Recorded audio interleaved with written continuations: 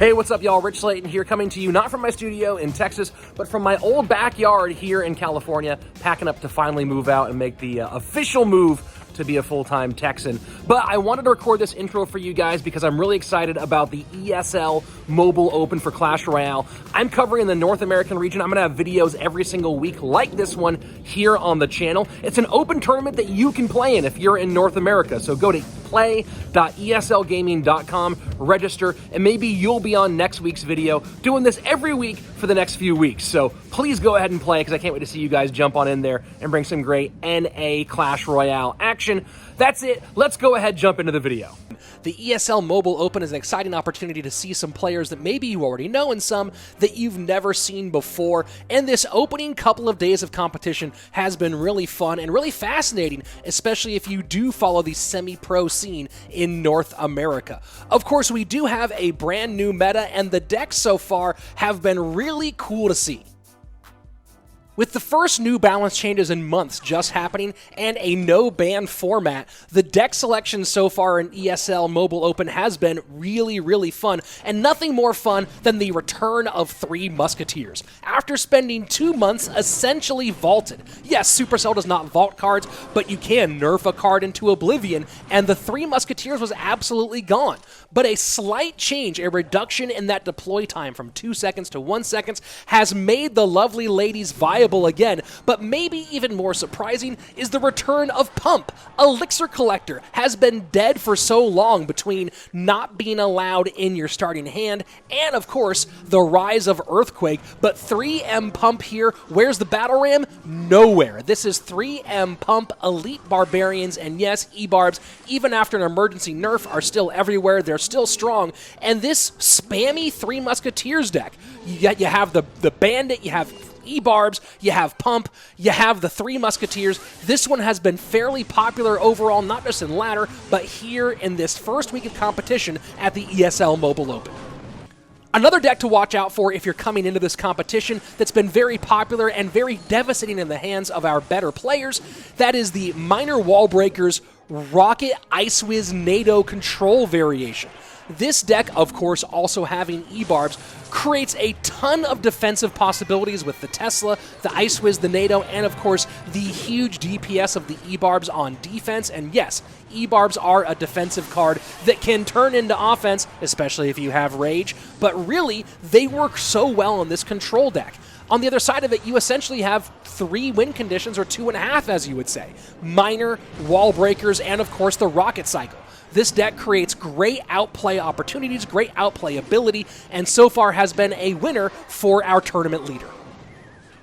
The meta here has certainly been fascinating in this completely open tournament, not just because you have a brand new meta, but this is completely open, meaning anyone can come in and join. Of course, that means you as well. And some of these open players have not just come in and brought some new looks and some new decks, but performed well with them. Let's take a look at our top 3 so far after the first week of play. Coming in at number 3, a player that I'm personally unfamiliar with, and maybe it's because this player has no listed competitive experience, not a big ladder pusher, that's Ruby. Personal best of 58-57, but Ruby's done that. Yes, has not cracked 6K, but has gotten that high with level 11 cards. So very talented play despite not being a ladder pusher. Does have a 12 win in the Classic Challenge and on the Grand Challenges, but for what appears to be a free-to-play player, this is a fairly impressive performance. Ruby has so far gone 6-3 in this competition, with 2 of those 3 losses coming to our current ladder leader. So no shame in those 2 L's, of course. Also a loss to longtime competitive player Latac. So 3 losses, all to very good players. And Ruby has done a lot of that competition, a lot of that 6-3, using his one-trick ladder deck, Golem, Loon, Skarmy.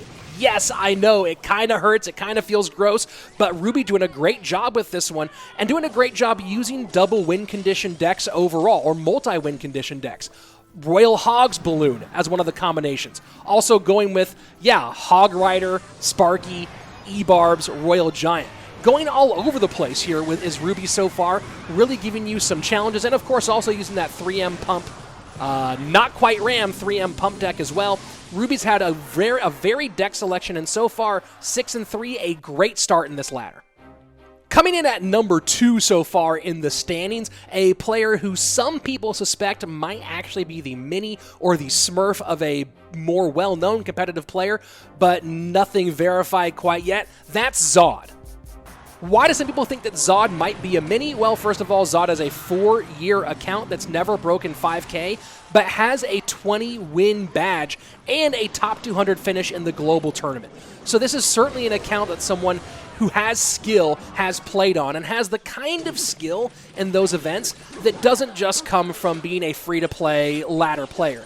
This really does seem like it's someone's mini, like someone's smurf, and Zod so far has played very, very well with that and played pretty much within the meta. Some Goblin Giant Sparky, some minor wall breakers, but also a really, really fun Mortar Triple Spell Wizard deck that Zod's been using that seems to be maybe one of his fun go-tos. So far, Zod looks like a player to keep an eye on, and I'd like to see at some point if we can unmask this Avenger and find out who that really is behind the account. On to our current number 1, our current leader who is undefeated in matches, 6-0, has dropped a game or 2, but has not dropped a best of 3 yet. That player is Jayco. When I looked at the players who had signed up for this event before it began, Jayco was one of the names who stood out to me as a person who had a good chance of doing very, very well in this competition, because this is one of the names I recognize. Jayco is an experienced competitive player. Started playing competitive back in 2019 with Liga Mexicana, Superliga Imperial, has since gone on to Gems, and of course the premier semi-pro competition, No Tilt League. Jayco's a talented player and has taken that experience and applied it very well here. Like I said, 6-0 so far in competition. And has done a lot of that by playing decks that have good outplay ability. Jayco has not chosen very many 100-0, 80-20 style matchup decks. Most of the decks Jayco has picked have been relatively fast cycle and have had good outplay ability. So when Jayco gets into tough spots, when he falls behind, he's able to make some good choices, take advantage of that experience, and come get the win. Jayco, so far, undefeated in these match plays. That's why he's number 1, and a good shot at continuing that into week number 2. So that's the top 3 so far in our ladder leaderboard. And of course, I say so far because there are many weeks left to compete. And of course, you can compete by going to play.eslgaming.com and signing up. Maybe you could be here as one of our top 3 next week. And maybe you might be what we're doing right now, our game of the week. Let's look at one of the competitions between our number 2 player, Zod, and number 1, Jayco, who went head-to-head multiple times, took some games back and forth. This is a great one. Let's check it out. And here we go. Jayco, bottom of your screen, Zod at the top, number 1 versus number 2. Both of them playing Minor Rocket, some version of Minor Rocket Cycle. And of course, you see the opening play. Jayco does not go to the safe spot, 1 tile off. Zod with the defensive Minor. Playing Minors defensively, such a key to high-level Minor gameplay. And the Tesla played a 1 tile off where it's supposed to be. Maybe Jayco fat fingering a bit, forces out a defensive play he probably didn't intend. And look at that. Immediate aggressive mortar at the bridge, E-Barbs in response, and Zod picks them up. Those are 2 massive connections, and just like that, Zod with a huge early lead, and now with those stab goblins in response, an elixir lead plus damage lead at this point.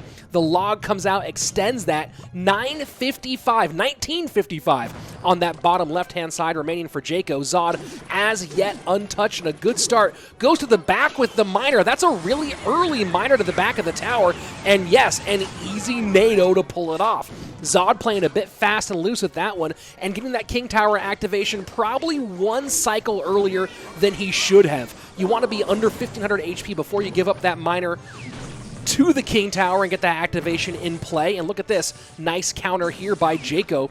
Tesla on the mortar, but does give up 1 mortar shot. Midway point of regulation time, and right now Jayco still in the lead on both damage and elixir, but we'll see if that King Tower activation does come into play. It does reduce the amount of shots a Minor gets, so you see no real concern there out of Jayco on that defense, instead making offensive pressure in the opposite lane, 1447 to 2000, with E-Barbs and Bats going the opposite direction right now from Zod.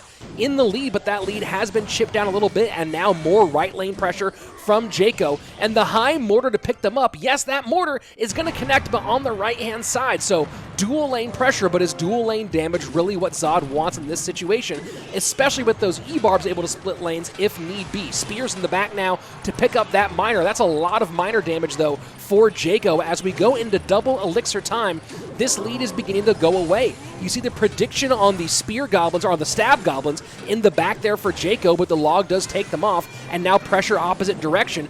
And look at this, Jayco goes with the high Tesla, maybe trying to predict mortar pressure in the opposite direction, or at least maybe set up high on the line there, but does not get a mortar. And now early rocket cycle out of Zod, knowing he had the elixir for it. But look at this beautiful nado.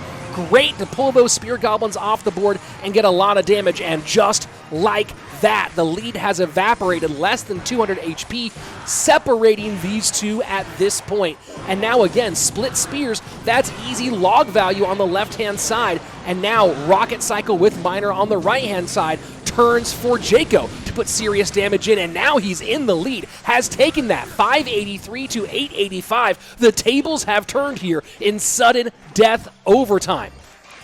Ice Golem to pressure on the high right-hand side. Not really sure why Zod is continuing to play this right-hand game. This is not where he wants the game to be played, and look at that nado.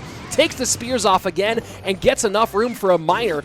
And a lot of trouble right now is Zod. Goes aggressive with the miner and mortar left-hand side, but Tesla and stab goblins will pick up the mortar. Wall breakers in, nothing to stop those. The mortar was the way. Connection happens. GG, well played, and that is a brilliant game by our leader.